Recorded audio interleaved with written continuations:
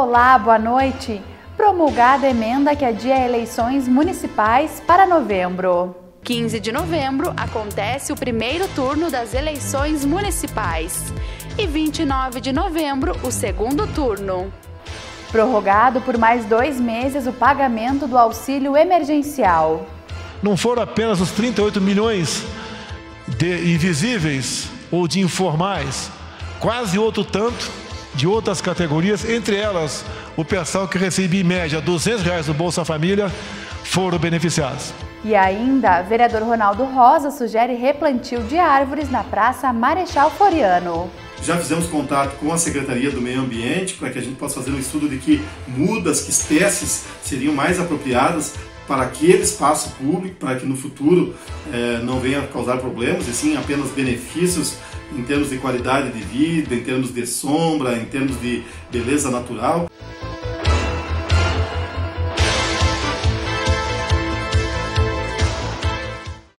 A Câmara e o Senado Federal promulgaram ontem a proposta que adia as eleições municipais para novembro. A medida foi tomada por conta da pandemia do novo coronavírus. Importante registrar ao Brasil que o Senado da República tomou uma decisão de votar uma emenda constitucional adiando as eleições, como foi dito aqui pelo presidente ministro Barroso, que sem dúvida nenhuma era uma coisa que nós não queríamos fazer.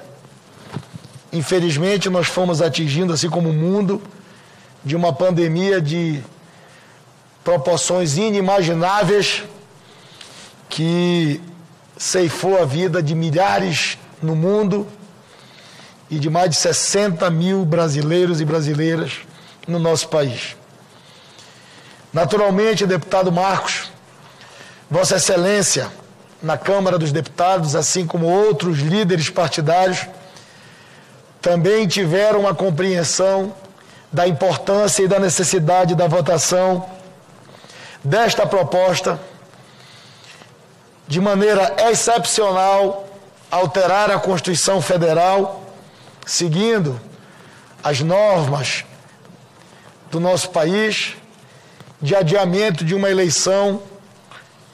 E com esse sinal, em nome de Vossa Excelência, em nome do presidente Rodrigo Maia, eu gostaria de agradecer a compreensão e a maturidade política da Câmara dos Deputados em acompanhar a votação do Senado da República, uma votação histórica para todos nós que temos a oportunidade de conciliar a vida com o fortalecimento das instituições e da democracia. A proteção da vida e o fortalecimento da democracia, presidente Barroso, é sem dúvida o grande marco desta decisão tomada pelo Parlamento brasileiro. Queria também fazer um registro a todos os parlamentares, ao Brasil, do papel importante, ministro Barroso, papel decisivo, quando da sua ascensão à presidência do Tribunal Superior Eleitoral, da possibilidade de dialogar com esta casa. Quero registrar ao Brasil, como disse, que a sua decisão de buscar a conciliação, ouvindo os especialistas na área da saúde, foi fundamental para o convencimento desta casa.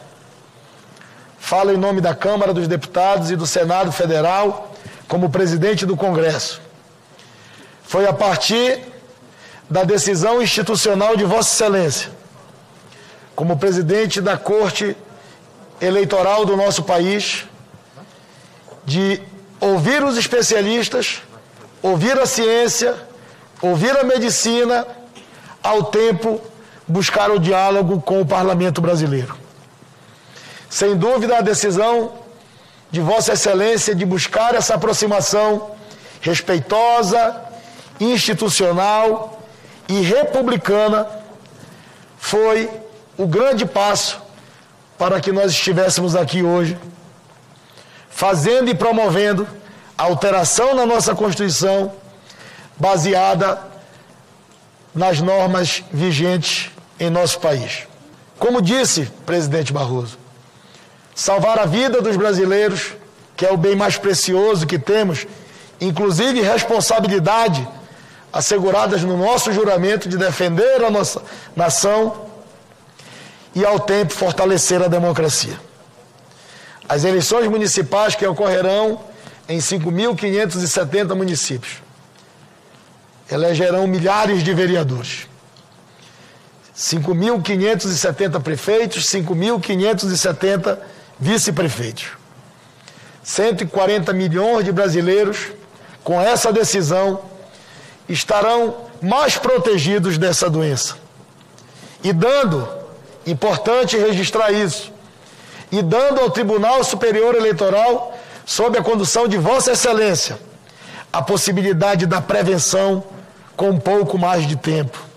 Organizar o dia da eleição em uma crise histórica de saúde pública não é tarefa fácil. Singularizaria o fato de que a promulgação da emenda constitucional número 107 é a celebração de algo que, no fundo, nós desejávamos que não tivesse acontecido, porque nós estamos precisando adiar as eleições em razão de uma pandemia que só no Brasil já levou mais de 60 mil vidas, e também eu me associo à manifestação de solidariedade a todas as famílias que padecem perdas, como lembrou da tribuna o senador Everton, que, aliás, conduziu com maestria no Senado Federal a aprovação dessa emenda.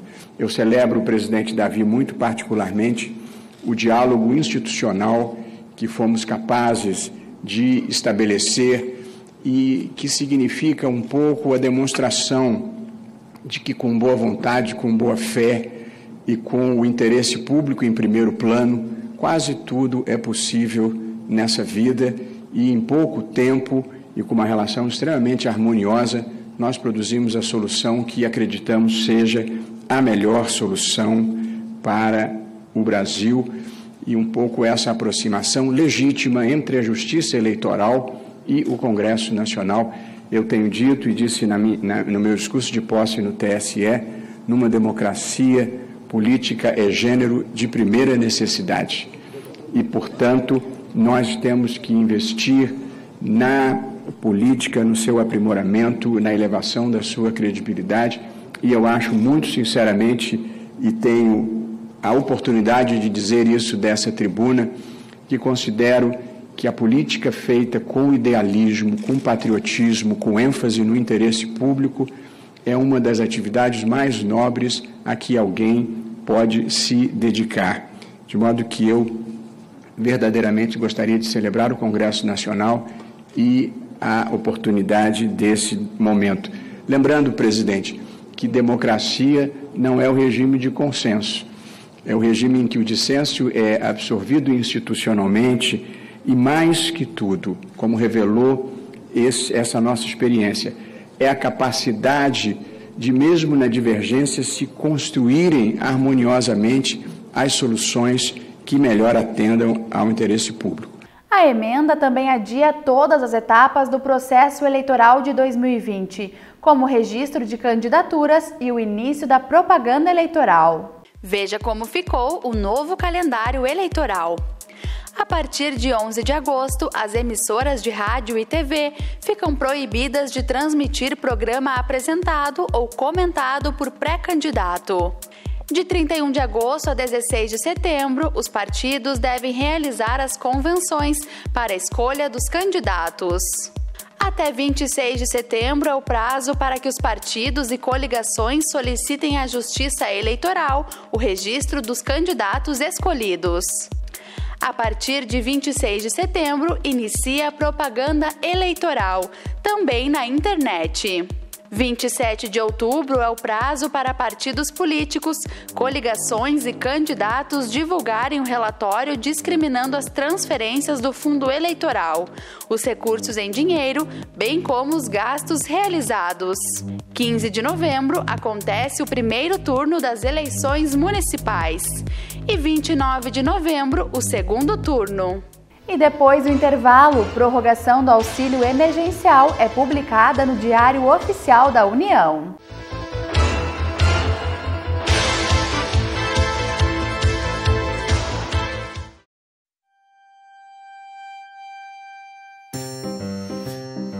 As crianças reagem de maneiras diferentes em momentos difíceis e precisam de amor e atenção extra nessas horas. Ajude as crianças a encontrarem formas positivas de expressar seus sentimentos, como o medo, a ansiedade e a raiva, por meio de desenhos, brincadeiras ou mesmo verbalmente. Cada criança tem sua maneira de lidar com a situação. Conversas honestas e apropriadas à idade ajudam a proteger nossas crianças. Anote os telefones úteis para informações sobre o Covid-19. Teleatendimento, das 7 horas da manhã às 10 da noite, todos os dias. 3316-8595. Central de referência em atendimento de casos suspeitos no Cais da Petrópolis. 3313-4874. 3046-0097 ou pelo WhatsApp número 99667-6279. O atendimento também é diário das 7 horas da manhã às 10 da noite. Informações sobre doações de alimentos ou agasalhos nas Sencas pelos números 3312-3070 ou 99193-9597. As denúncias de locais que estejam funcionando indevidamente devem ser direcionadas ao 3311-1195.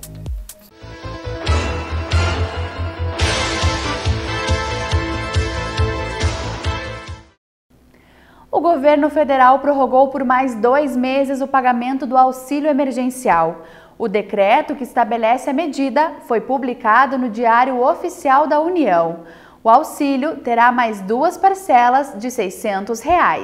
O auxílio emergencial só foi possível, em primeiríssimo lugar, porque nós passamos, ministro Paulo Guedes, por 2019, aonde o governo Bolsonaro organizou a casa. Vínhamos de 6 anos de déficit, de baixo crescimento do PIB, numa herança terrível.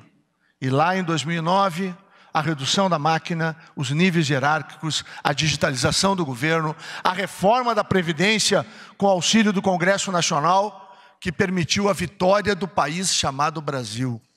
De recuperar, como vimos, presidente Bolsonaro, lá na China, na Rússia, na Arábia, nós vimos o quê? A recuperação do respeito internacional, ministra Tereza e ministro Tarcísio, ao país chamado Brasil.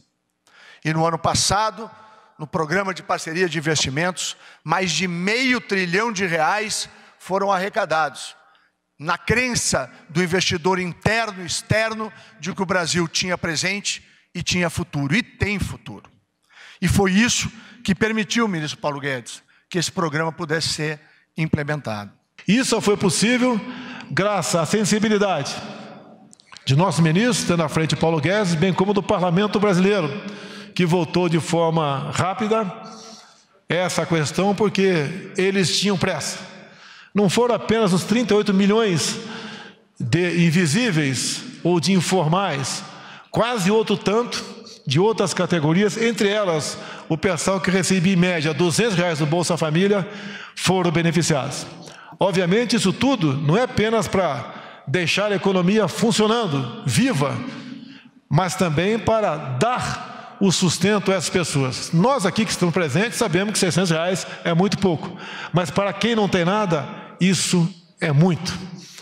E esse trabalho, essa maneira de buscar recursos, no momento que a pátria necessitava para atender os mais necessitados, é que faz com que nós nos orgulhamos de poder ajudar, de despender meios para poder atender a esses necessitados. E essa prorrogação agora, em boa hora, via decreto, mas se fosse via projeto de lei, teria também a velocidade necessária da Câmara e do Senado brasileiro. Como o Paulo Guedes disse, que são mais 2 prestações, e nós esperamos que ao final dela a economia já esteja reagindo para que nós voltemos à normalidade o mais rapidamente possível, obviamente, sempre tomando cuidado com o bem maior de todos nós, que é a nossa vida. Então, nesse momento, eu agradeço a todos, não apenas a Câmara, o Senado, ou a equipe do Paulo Guedes, a todos que participaram desse projeto, que é o maior projeto social do mundo, com toda a certeza. E como o Paulo Guedes bem disse, nenhuma nação despendeu tanto esforço para atender os mais necessitados do que o nosso querido Brasil. Agora vamos conferir 2 novas demandas do vereador Ronaldo Rosa. A primeira é uma indicação que sugere ao Executivo o replantio de árvores e a revitalização do paisagismo na Praça da Cuia. Estamos encaminhando uma indicação ao Poder Executivo para que faça uma análise com relação à arborização na Praça Marechal Floriano, que é a Praça da Cuia. Por que isso? Porque nós estamos recebendo contato aí de cidadãos da nossa cidade dizendo que algumas espécies, né, foram retiradas da praça. Isso já não é de agora. A retirada ela vem sendo realizada gradualmente, desde que houve uma reformulação na praça, inclusive com o objetivo de clarear mais o interior da praça. Houve poda de árvores, houve retirada de árvores. E agora nós temos que partir para um novo momento, que é plantar mudas para que tenhamos árvores daqui 10, 15, 20 anos ainda muito fortes e muito vivas ali na praça. Porque nós estamos tendo aqui em Passo Fundo, não só na Praça Marechal Floriano, mas em vários pontos da cidade, uma degradação da natureza, tendo em vista que ervas daninhas, né, estão consumindo o oxigênio produzido pelas árvores e elas aos poucos estão morrendo naturalmente, sem que haja qualquer ação do homem. É um acontecimento natural. Então nós precisamos recolocar essas árvores. Já fizemos contato com a Secretaria do Meio Ambiente para que a gente possa fazer um estudo de que mudas, que espécies seriam mais apropriadas para aquele espaço público, para que no futuro não venha a causar problemas, e sim apenas benefícios em termos de qualidade de vida, em termos de sombra, em termos de beleza natural. Então está sendo feito esse estudo. Inclusive tem empresas que devem contrapartidas para o município que poderão fornecer essas mudas mais específicas, caso seja necessário. Também estaremos fazendo esse levantamento junto à Secretaria do Planejamento, que é quem vai nos orientar os locais específicos para o replantio dessas árvores. Então acho que é uma boa medida, pensando para frente, pensando para o futuro da nossa cidade, pensando nas futuras gerações, porque nós precisamos que a nossa praça, que é a praça mais importante de Passo Fundo, é a praça referência, é a praça que é o nosso cartão postal, que ela tenha a sua vida muito longa e que possa servir muito e muitos anos aos passofundenses.